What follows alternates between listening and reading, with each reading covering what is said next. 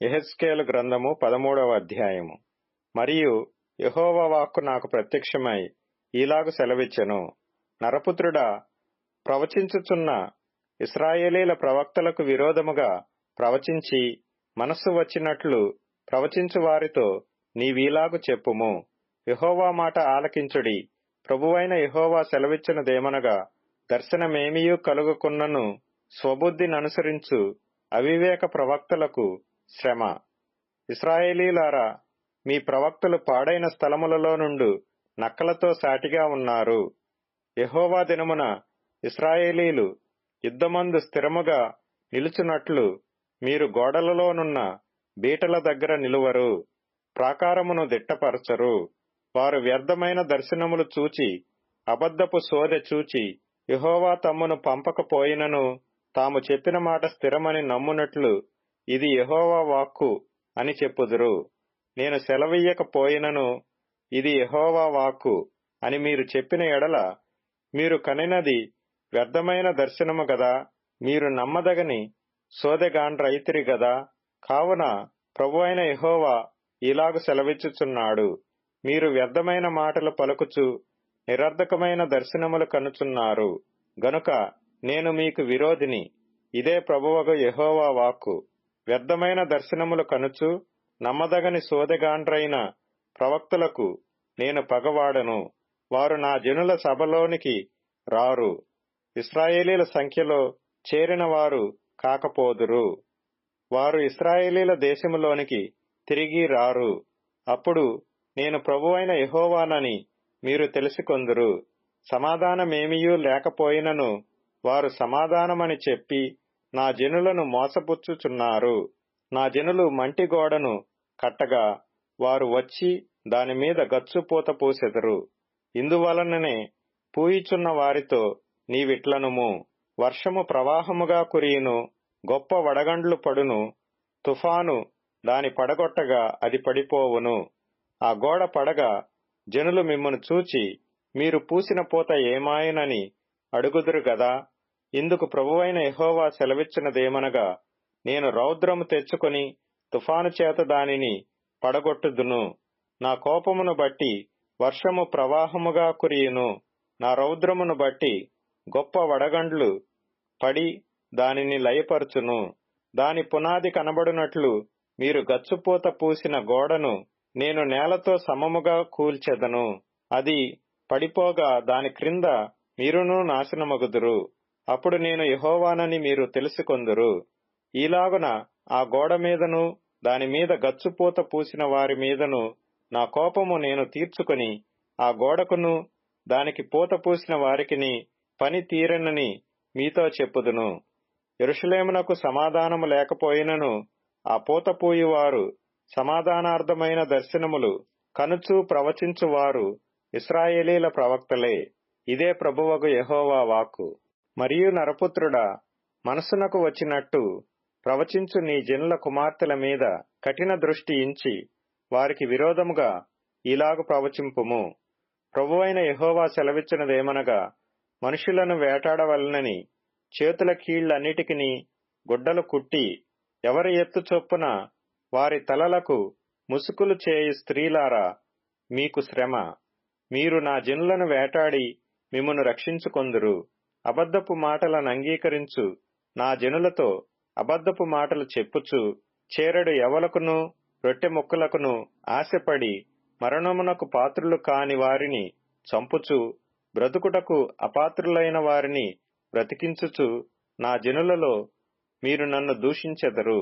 కావున ప్రభువైన యెహోవా ఈలాగు సెలవిచ్చుచున్నాడు, నేను దుఃఖపరచని నీతిమంతుని మనస్సును అబద్ధముల చేత మీరు దుఃఖింపజేయుదురు. దుర్మార్గులు తమ దుష్ప్రవర్తన విడిచి తమ ప్రాణములను రక్షించుకొనకుండా మీరు వారిని ధైర్యపరుతురు గనుక మనుషులను వేటాడుటకై మీరు కుట్టు గుడ్డలకు నేను విరోధినై వారిని విడిపించెదను. మీ కౌగిటిలో నుండి వారిని ఊడబెరికి మీరు వేటాడు మనుషులను నేను విడిపించి తప్పించుకొననిచ్చెదను. మరియు నేను యెహోవానని మీరు తెలుసుకొనినట్లు మీరు వేసిన ముసుకులను నేను చింపి మీ చేతిలో నుండి నా జనులను విడిపించెదను. వేటాడుటకు వారికను మీ వశమున ఉండరు. మీరికను వ్యర్థమైన దర్శనములు కనకయుందురు, సోదె చెప్పకయుందురు. నేను యెహోవానని మీరు తెలుసుకొనున్నట్లు నా జనులను మీ వశము నుండి విడిపించెదను. యెహెజ్కేలు గ్రంథము 14వ అధ్యాయము. అంతటా ఇశ్రాయేలీయుల పెద్దలలో కొందరు నా యొద్దకు వచ్చి నా ఎదుట కూర్చుండి ఉండగా యెహోవా వాక్కు నాకు ప్రత్యక్షమై ఈలాగు సెలవిచ్చెను. నరపుత్రుడా, ఈ మనుష్యులు తమ హృదయములలో విగ్రహములనే నిలుపుకొని దోషము పుట్టించు అభ్యంతరమును తమ ఎదుటనే పెట్టుకొనియున్నారు. వీరు నా యొద్ద ఏమైనా విచారణ చేయదగునా? కావున నీవు వారికి సంగతి తెలియజేసి ఈలాగు చెప్పుము.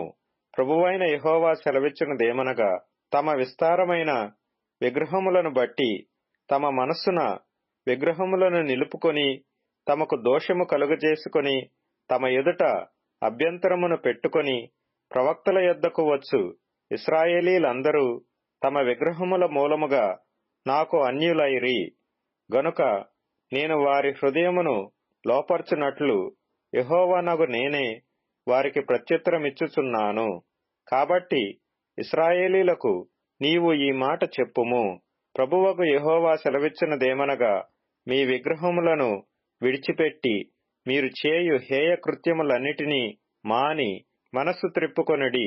ఇశ్రాయేలీలలోను వారి దేశములో నివసించు పరదేశులలోను ఎవరైనను నన్ను అనుసరించక నాకు అన్యులై తమ మనసున విగ్రహములను నిలుపుకొని తమకు దోషము కలుగజేసుకొని అభ్యంతరమును తమ ఎదుట పెట్టుకొని తమ నిమిత్తమై నా యొద్ద విచారణ చేయవలనని ప్రవక్త యొద్దకు వచ్చిన ఎడల యెహోవానగు నేనే స్వయముగా వారికి ప్రత్యుత్తరమిచ్చెదను. ఆ మనుషులకు నేను విరోధినై నేను యెహోవానని వారు తెలుసుకొనున్నట్లు వారిని సూచనగాను సామెతగాను చేసి నా జనులలో నుండి నేను వారిని నిర్మూలము చేసెదను. మరియు ప్రవక్త యొకడు మోసపోయి ఒక మాట చెప్పిన ఎడల యెహోవానగు నేనే ఆ ప్రవక్తను మోసపుచ్చువాడనై నేనే వానికి విరోధినై నా జనులైన ఇశ్రాయేలీలలో నుండి వానిని నిర్మూలము చేసెదను. ఇశ్రాయేలీయులు ఇకను నన్ను విసర్జించి తొలగిపోవకయు తాము చేయు అతిక్రమములన్నిటి చేత తమ్మును అపవిత్రపరచుకొనకయు నుండి నా జనులగునట్లును నేను వారికి దేవుడనై ఉండునట్లును వారు అలాగున తమకు కలుగజేసుకొనిన దోషమునకు శిక్ష నొందుదురు. ప్రవక్త యొద్ద విచారించు వాని దోషమెంతో ప్రవక్త దోషమును అంతే అగును. ఇదే యెహోవా వాక్కు. మరియు యెహోవా వాక్కు నాకు ప్రత్యక్షమై ఈలాగు సెలవిచ్చెను. నరపుత్రుడా, ఏ దేశమైతే విశ్వాసఘాతకమై నా దృష్టికి పాపము చేసినదో దానికి నేను విరోధినై ప్రాణాధారమగు ఆహారము లేకుండా చేసి కరువు పంపించి మనుషులను పశువులను నిర్మూలము చేయుదును. నోవహును దానియేలును యోబును ఈ ముగ్గురు అట్టి దేశములో నుండినను వారు తమ నీతి చేత తమ్మును మాత్రమే రక్షించుకొందురు. ఇదే ప్రభువగు యెహోవా వాక్కు. బాటసారులు సంచరింపకుండా ఆ దేశము నిర్జనమై పాడగునట్లు నేను దాని మీదికి దుష్టమృగములను రప్పించగా ఆ ముగ్గురు దానిలో ఉండినను ఆ దేశము పాడైపోవును.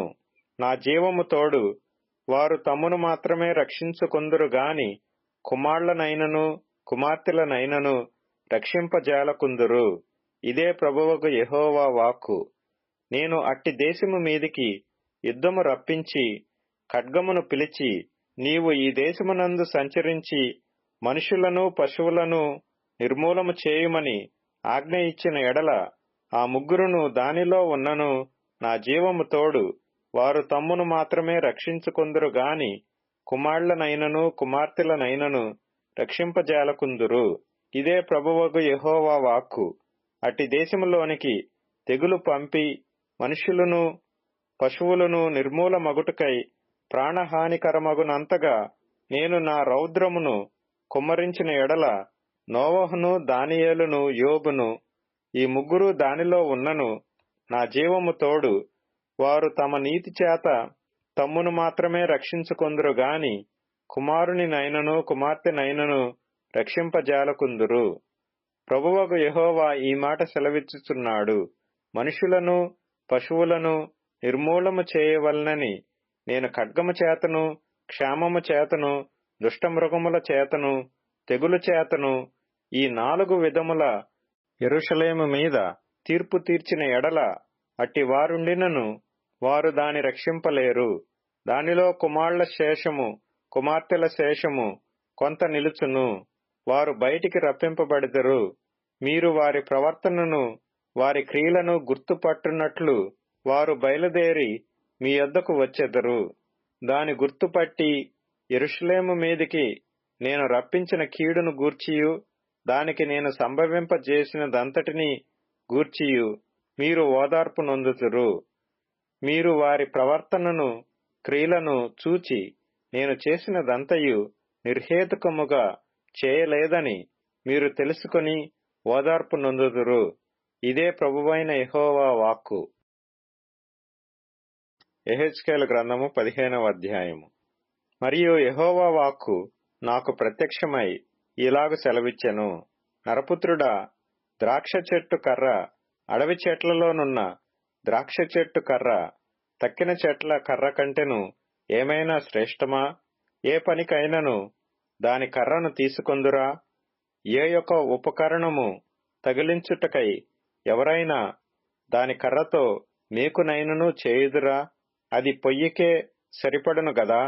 అగ్నిచేత దాని 2 కొనలు కాల్చబడి నడుమ నల్లబడిన తరువాత అది మరి ఏ పనికైనను తగునా? కాలక ముందు అది ఏ పనికిని తగకపోయినే అగ్ని దాని యందు రాజి దాని కాల్చిన తరువాత అది పనికి వచ్చునా? కావున ప్రభువైన యెహోవా ఇలాగు సెలవిచ్చుచున్నాడు. నేను అగ్నికి అప్పగించిన ద్రాక్ష చెట్టు అడవి చెట్లలో ఏలాటిదో యెరూషలేము కాపురస్తులను అలాటి వారే. గనుక నేను వారిని అప్పగింపబోవుచున్నాను. నేను వారి మీద కఠిన దృష్టి నిలుపుదును. వారు అగ్నిని తప్పించుకొనినను అగ్నియే వారిని దహించును.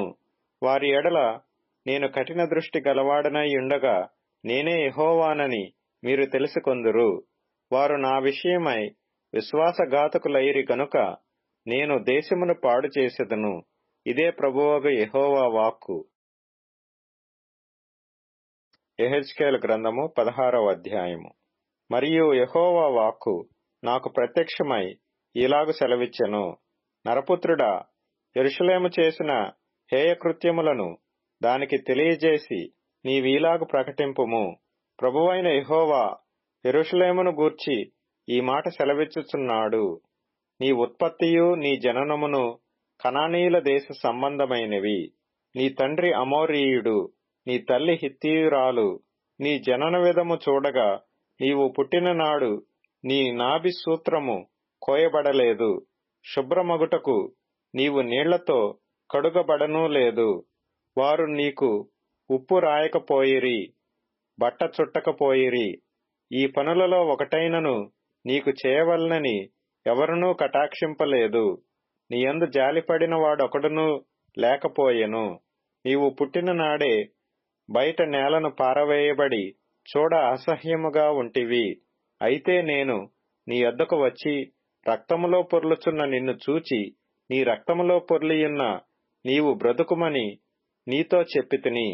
నీవు నీ రక్తములో పొర్లియున్నను బ్రతుకుమని నీతో చెప్పితిని. మరియు నేల నాటబడిన చిగురు వృద్ధియగునట్లు నేను నిన్ను వృద్ధిలోనికి తేగ నీవు ఎదిగి పెద్దదానవై ఆభరణ భూషితురాలవైతివి. దిగంబరివై వస్త్రహీనముగానున్న నీకు స్తనములేర్పడెను, తల వెంట్రుకలు పెరిగెను. మరియు నేను నీ యొద్దకు వచ్చి నిన్ను చూడగా ఇష్టము పుట్టించు ప్రాయము నీకు వచ్చియుండెను. గనుక నీకు అవమానము కలుగకుండా నిన్ను పెండ్లి చేసుకొని నీతో నిబంధన చేసుకొనగా నీవు నా దానవైతివి. ఇదే ప్రభువైన యెహోవా వాక్కు.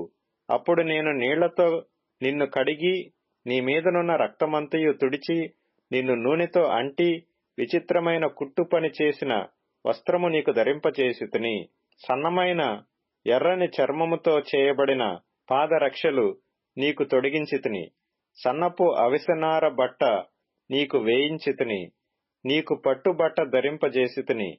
మరియు ఆభరణముల చేత నిన్ను అలంకరించి, నీ చేతులకు కడియములు పెట్టి, నీ మెడకు గొలుసు తగిలించి, నీ చెవులకును ముక్కునకును పోగులను, నీ తలకు కిరీటమును పెట్టించితిని.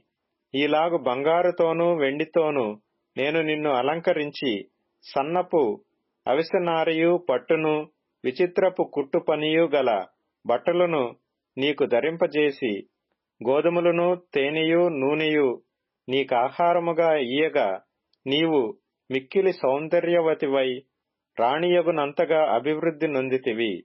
నేను నీకనుగ్రహించిన నా ప్రభావము చేత నీ సౌందర్యము పరిపూర్ణము కాగా, అన్ని జనులు దాని చూచి నీ కీర్తి ప్రశంసించుచూ వచ్చిరి. ఇదే ప్రభువగు యెహోవా వాక్కు. అయితే నీ సౌందర్యమును నీవు ఆధారము చేసుకొని, నీకు కీర్తి వచ్చినందున నీవు వేశ్యవై దారిని పోవు ప్రతి వానితో బహుగా వ్యభిచరించుచూ వచ్చితివి. పిలిచిన వానితో నెల్లా పోతివి.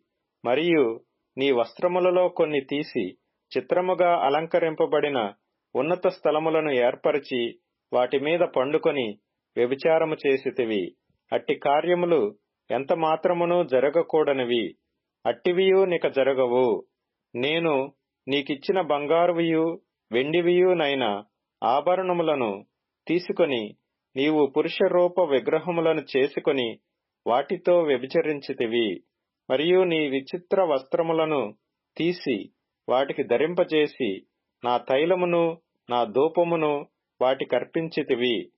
భోజనమునకై నేనిచ్చిన ఆహారమును, గోధుమ పిండిని, నూనెను తేనెను తీసుకొని ఇంపైన సువాసన కలుగునట్లు నీవు ఆ బొమ్మలకు అర్పించితివి. అలాగున జరిగిన గదా. ఇదే ప్రభువుగా యెహోవా వాక్కు. మరియు నీవు నాకు కనిన కుమారులను కుమార్తెలను ఆ బొమ్మలు మృంగివేయునట్లు వాటి పేరట వారిని వధించితివి. నీ జారత్వము చాలకపోయిననియు నా పిల్లలను వధించి వాటికి ప్రతిష్ఠించి అప్పగించితివి.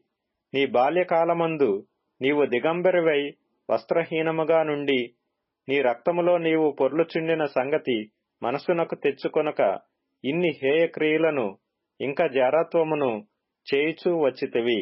ఇంతగా చెడుతనము జరిగించినందుకు నీకు శ్రమ, నీకు శ్రమ. ఇదే ప్రభువైన యెహోవా వాక్కు. నీవు వీధి వీధిని గుళ్ళు కట్టించితివి. ఎత్తైన బలిపీఠములను ఏర్పరచితివి. ప్రతి అడ్డదోవను నీ బలిపీఠము కట్టి, నీ సౌందర్యమును హేయక్రియకు వినియోగపరచి, నీ యొద్దకు వచ్చిన వారికందరికిని నీ పాదములు తెరచి, వారితో బహుగా వ్యభిచరించితివి. మరియు నీవు మదించియున్న నీ పొరుగువారైన ఐగుప్తీయులతో వ్యభిచరించి, నీ జారత్వ క్రియలను పెంపు చేసి నాకు కోపము పుట్టించితివి. కాబట్టి నేను నీకు విరోధినై నీ జీవనోపాధిని తక్కువ చేసి, నీ కామ వికార చేష్టలకు సిగ్గుపడిన నీ శత్రువులైన ఫిలిష్తీయుల కుమార్తెలకు నిన్ను అప్పగించుచున్నాను. అంతటితో తృప్తి నొందక అష్షూరు వారితోనూ నీవు వ్యభిచరించితివి. వారితో కూడి జారత్వము చేసినను తృప్తి నొందకపోతివి. కనాను దేశము మొదలుకొని కల్దీయ దేశము వరకు నీవు బహుగా వ్యభిచరించినను నీవు తృప్తి నొందలేదు. నీ హృదయమెంత బలహీనమాయను. సిగ్గుమాలిన వేశ్యాక్రియలైన వీటినన్నిటినీ జరిగించుటకై నీవు ప్రతి అడ్డదోవను, గుళ్లను, ప్రతి రాజవీధిని యొక్క బలిపీఠమును కట్టుచు వేశ్య చేయునట్టు చేయక జీతము పుచ్చుకొన నొల్లక ఇంటివి. వ్యభిచారిణియగు భార్య తన పురుషుని త్రోసివేసి అన్యులను చేర్చుకొనును గదా. పురుషులు వేశ్యలకు పడుపు సొమ్మిచ్చెదరు గదా. నీ విటకాండ్రు నలుదిక్కుల నుండి వచ్చి నీతో వ్యభిచరించున్నట్లు వారికందరికీ నీవే సొమ్మిచ్చుచు వచ్చితివి. బహుమానములనిచ్చుచూ వచ్చితివి. నీ జారత్వమునకును ఇతర స్త్రీల జారత్వమునకును భేదమేమనగా, వ్యభిచరించుటకు ఎవడైనను నీ వెంట తిరుగుటయూ లేదు, నీకు పడుపు సొమ్మిచ్చుటయూ లేదు. నీవే ఎదురు జీతమిచ్చితివి. ఇదే నీకును వారికిని కలిగిన భేదము. ఇదే యెహోవా వాక్కు. కాబట్టి వేశ్యా, యెహోవా మాట ఆలకింపుము. ప్రభువైన యెహోవా సెలవిచ్చినదేమనగా, నీ విటకాండ్రతో నీవు నీ సొమ్ము వ్యయపరచి, నీవు వ్యభిచారము చేసి, నీ మానము నీవు కనుపరుచుకొనిన దానిని బట్టియు, నీ విటకాండ్రను బట్టియు, హేయ విగ్రహములను బట్టియు, నీవు వాటికప్పగించిన నీ బిడ్డల రక్తమును బట్టియు, నీవు సంభోగించిన నీ విటకాండ్రనందరినీ, నీకిష్టులైన వారినందరినీ, నీవు ద్వేషించు వారినందరినీ నేను పోగు చేయుచున్నాను. వారిని నీ చుట్టూ పోగు చేసి సమకూర్చి, వారికి నీ మానము కనబడునట్లు నేను దాని బయలుపరచెదను. జారినులై హత్యలు జరిగించు స్త్రీలకు రావలసిన తీర్పు నీకు విధించి, క్రోధముతోనూ రోషముతోనూ నీకు రక్తము నియమింతును. వారి చేతికి నిన్ను అప్పగించెదను. నీవు కట్టిన గుళ్లను వారు పడద్రోసి, నీవు నిలువబెట్టిన బలిపీఠములను ఊడబెరికి, నీ బట్టలను తీసివేసి, నీ సొగసైన ఆభరణములను తీసుకొని, నిన్ను దిగంబరిగాను వస్త్రహీనురాలుగాను చేయుదురు. వారు నీ మీదికి సమూహములను రప్పించి, నిన్ను రాళ్లతో కొట్టి చంపుదురు. కత్తుల చేత నిన్ను పొడిచివేయుదురు. వారు నీ ఇండ్లను అగ్నిచేత కాల్చుదురు. అనేక స్త్రీలు చూచుచుండగా నీకు శిక్ష విధింతురు. ఈలాగు నేను నీ వేశ్యాత్వమును మాన్పింపగా, నీవికను పడుపు సొమ్మియ్యకయుందువు. ఈ విధముగా నీ మీదనున్న నా క్రోధమును చల్లార్చుకొందును. నా రోషము నీ ఎడల మానిపోవును. ఇకను ఆయాసపడకుండా నేను శాంతము తెచ్చుకొందును. నీ యవ్వన దినములను తలంచుకొనక వీటన్నిటి చేత నీవు నన్ను విసిగించితివి. గనుక నీవు చేసియున్న హేయక్రియలన్నిటికంటెను ఎక్కువైన కామకృత్యములను నీవు జరిగించకుండునట్లు నీ ప్రవర్తనను బట్టి నేను నీకు శిక్ష విధింతును. ఇదే ప్రభువకు యెహోవా వాక్కు. సామెతలు చెప్పువారందరును తల్లి ఎట్టిదో బిడ్డయూ అట్టిదే అని నిన్ను గూర్చి అందురు. పెనిమిటిని బిడ్డలను విడనాడిన నీ తల్లితో నీవు సాటిదానవు. పెనిమిటిని బిడ్డలను విడనాడిన నీ అక్క చెల్లెండ్రతో నీవు సాటిదానవు. నీ తల్లి హిత్తీయురాలు, నీ తండ్రి అమోరీయుడు. నీ ఎడమ ప్రక్కను నివసించు షోమ్రోనును దాని కుమార్తెలను నీకు అక్కలు. నీ కుడి ప్రక్కను నివసించు సుధమయు దాని కుమార్తెలను నీకు చెల్లెండ్రు. అయితే వారి ప్రవర్తనను అనుసరించటయు, వారు చేయు హేయక్రియలు చేయుటయు స్వల్ప కార్యమని ఎంచి, వారి నడతలను మించునట్లుగా నీవు చెడు మార్గముల యందు ప్రవర్తించితివి. నీవును నీ కుమార్తెలను చేసినట్లు నీ చెల్లెలైన సొదొమయైనను దాని కుమార్తెలైనను చేసిన వారు కారని నా జీవము తోడు ప్రమాణము చేయుచున్నాను. ఇదే ప్రభువగు యెహోవా వాక్కు. నీ చెల్లెలైన సొదొమ చేసిన దోషమేదనగా, దానికిని దాని కుమార్తెలకును కలిగిన గర్వమును, ఆహార సమృద్ధియు, నిర్విచారమైన సుఖస్థితియుననున్నదియే. అది దీనులకును దరిద్రులకును సహాయము చేయకుండెను. వారు అహంకరించి నా దృష్టికి హేయక్రియలు చేసిరి గనుక నేను దాని చూచి వారిని వెళ్లగొట్టితిని. షోమ్రోను సహా నీ పాపములలో సగమైన చేయలేదు. అది చేసిన వాటికంటే నీవు అత్యధికముగా హేయక్రియలు చేసితివి. నీవు ఇన్ని హేయక్రియలు చేసి నీ సహోదరిని నిర్దోషిరాలినిగా కనుపరిచితివి.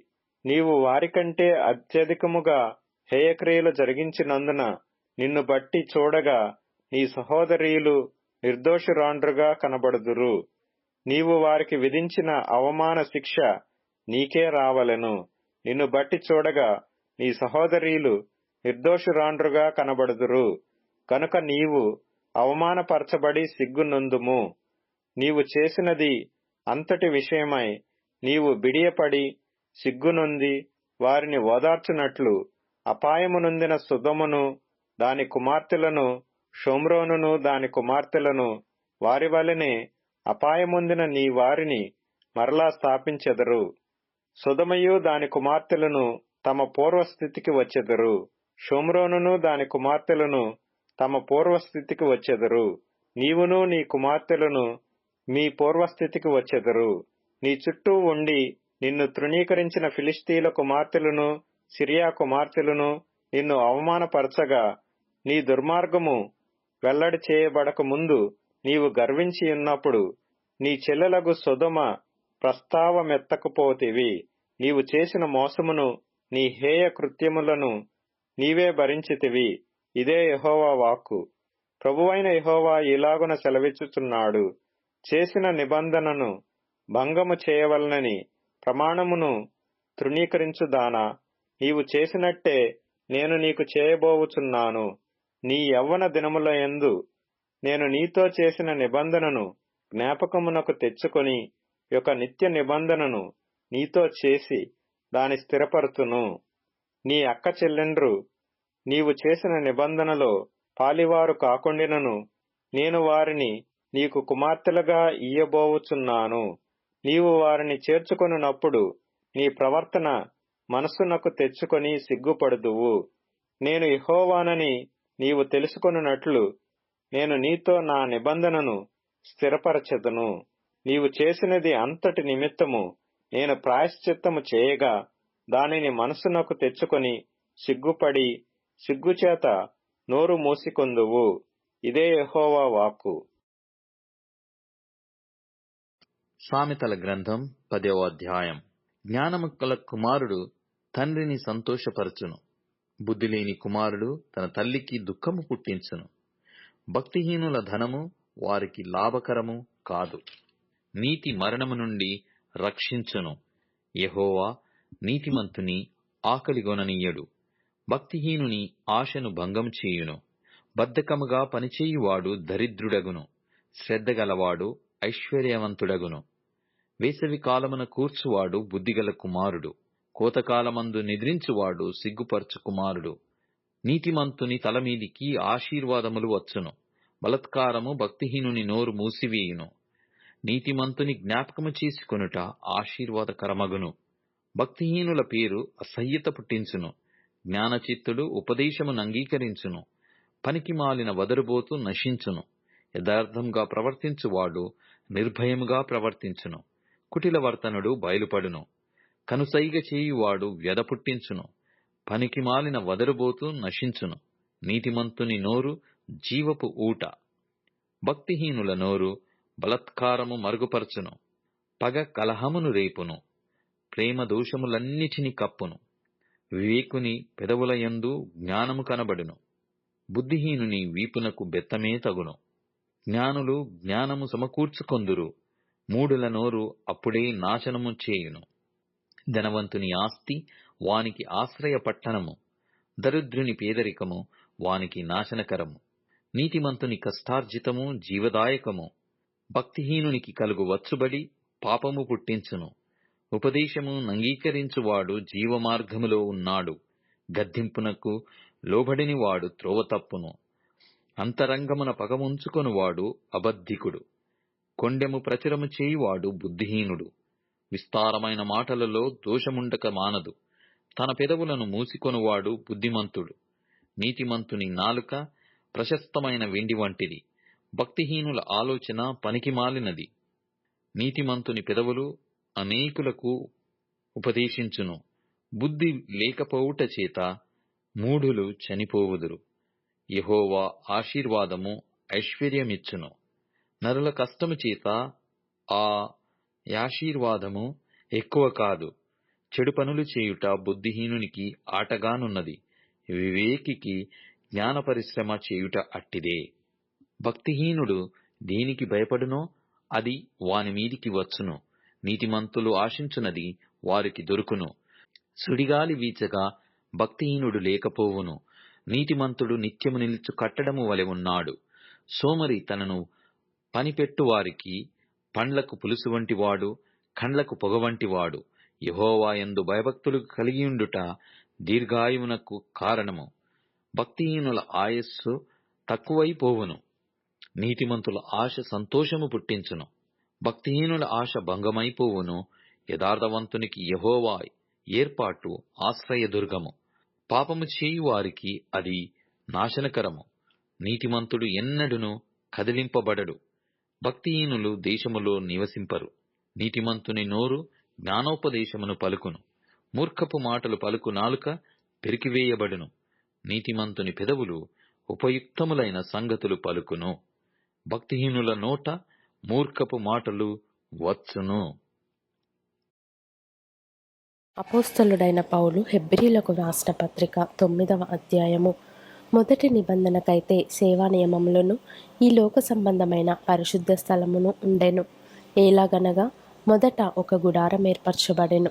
అందులో దీపస్తంభమును బల్లయు దానిమీద ఉంచబడిన రొట్టెలను ఉండెను. దానికి పరిశుద్ధ స్థలమని పేరు. రెండవ తెరకు ఆవల అతి పరిశుద్ధ స్థలమను గుడారముండెను.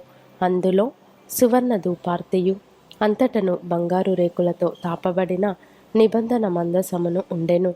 ఆ మందసములో మన్నా గల బంగారు పాత్రయు చిగిరించిన అహరోను చేతికర్రయు నిబంధన పలకలును ఉండెను. దానిపైని కరుణాపీఠమును కమ్ముకొనుచున్న మహిమగల కెరూబులుండెను. వీటిని గూర్చి ఇప్పుడు వివరముగా చెప్ప వల్లపడదు. ఇవి ఈలాగు ఏర్పరచబడినప్పుడు యాజకులు సేవ చేయుచు నిత్యమును ఈ మొదటి గుడారములోనికి వెళ్ళుదురు గాని సంవత్సరమునకు ఒక్కసారి మాత్రమే ప్రధాన యాజకుడొక్కడే రక్తము చేత పట్టుకొని రెండవ గుడారములోనికి ప్రవేశించును. ఆ రక్తము తన కొరకును ప్రజల అజ్ఞాన కృతముల కొరకును అతడర్పించును. దీనిని బట్టి ఆ మొదటి గుడారం ఇంకా నిలుచుచుండగా అతి పరిశుద్ధ స్థలంలో ప్రవేశించు మార్గము బయలుపరచబడలేదని పరిశుద్ధాత్మ తెలియజేయుచున్నాడు. ఆ గుడారము ప్రస్తుత కాలమునకు ఉపమానముగా ఉన్నది. ఈ ఉపమానార్థమును బట్టి మనస్సాక్షి విషయములో ఆరాధకునికి సంపూర్ణ సిద్ధి కలుగజేయలేని అర్పణలను బలులను అర్పింపబడుచున్నవి. ఇవి దిద్దుబాటు జరుగు కాలము వచ్చు వరకు విధింపబడి అన్నపానములతోనూ నానా విధములైన ప్రక్షాళనములతోనూ సంబంధించిన శరీరాచారములు మాత్రమై ఉన్నవి. అయితే క్రీస్తు రాబోవుచున్న మేలుల విషయమై ప్రధాన యాజకుడుగా వచ్చి తానే నిత్యమైన విమోచన సంపాదించి హస్తకృతము కానిది అనగా ఈ సృష్టి సంబంధము కానిదియు మరి ఘనమైనదియు పరిపూర్ణమైనదియునైన గుడారము ద్వారా మేకల యొక్కయు కోడెల యొక్కయు రక్తముతో కాక తన స్వరక్తముతో ఒక్కసారి పరిశుద్ధ స్థలములో ప్రవేశించెను. ఏలయనగా మేకల యొక్కయు ఎడ్ల యొక్కయు రక్తమును మైలపడిన వారి మీద ఆవుదూడ బూడిద చల్లుటయు శరీర శుద్ధి కలుగునట్లు వారిని పరిశుద్ధపరచిన ఎడల నిత్యుడగు ఆత్మ ద్వారా తన్ను తాను దేవునికి నిర్దోషినిగా అర్పించుకొనిన క్రీస్తు యొక్క రక్తము నిర్జీవ క్రియలను విడిచి జీవము గల దేవుని సేవించుటకు మీ మనస్సాక్షిని ఎంతో ఎక్కువగా శుద్ధి చేయును. ఈ హేతువు చేత మొదటి నిబంధన కాలంలో జరిగిన అపరాధముల నుండి విమోచనము కలుగుటకై ఆయన మరణము పొందినందున పిలువబడిన వారు నిత్యమైన స్వాస్థ్యమును గూర్చిన వాగ్దానమును పొందు నిమిత్తము ఆయన క్రొత్త నిబంధనకు మధ్యవర్తి అయి ఉన్నాడు. మరణశాసనం ఎక్కడ ఉండునో అక్కడ మరణశాసనము వ్రాసిన వాని మరణము అవశ్యము.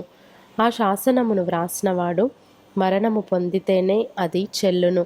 అది వ్రాసినవాడు జీవించుచుండగా అది ఎప్పుడైనను చెల్లునా?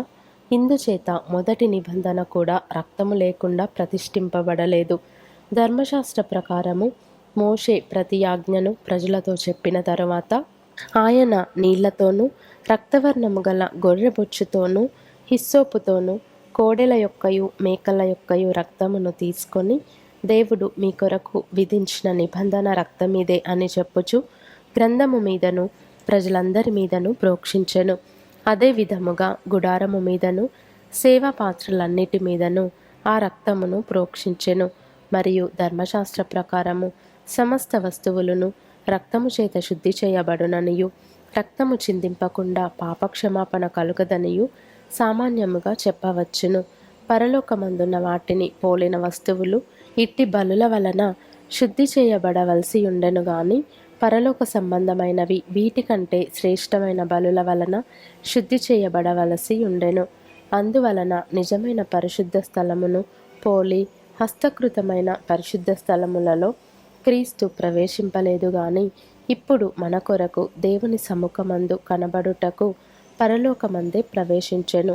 అంతేకాదు ప్రధాన యాజకుడు ప్రతి సంవత్సరము తనది కాని రక్తము తీసుకొని పరిశుద్ధ స్థలములోనికి ప్రవేశించినట్లు ఆయన అనేక పర్యాయములు తన్ను తాను అర్పించుకొనుటకు ప్రవేశింపలేదు. అట్లైన ఎడల జగత్తు పునాది వేయబడినది మొదలుకొని ఆయన అనేక పర్యాయములు శ్రమపడవలసి వచ్చును. అయితే ఆయన యుగముల సమాప్తి అందు తన్ను తానే బలిగా అర్పించుకొనుట వలన పాప నివారణ చేయుటకై ఒక్కసారే ప్రత్యక్షపరచబడెను. మనుష్యులొక్కసారే మృతి పొందవలెనని నియమింపబడెను. ఆ తరువాత తీర్పు జరుగును. అలాగుననే క్రీస్తు కూడా అనేకుల పాపములను భరించుటకు ఒక్కసారే అర్పింపబడి తన కొరకు కనిపెట్టుకొని యుండు వారి రక్షణ నిమిత్తము పాపము లేకుండా రెండవసారి ప్రత్యక్షమగును.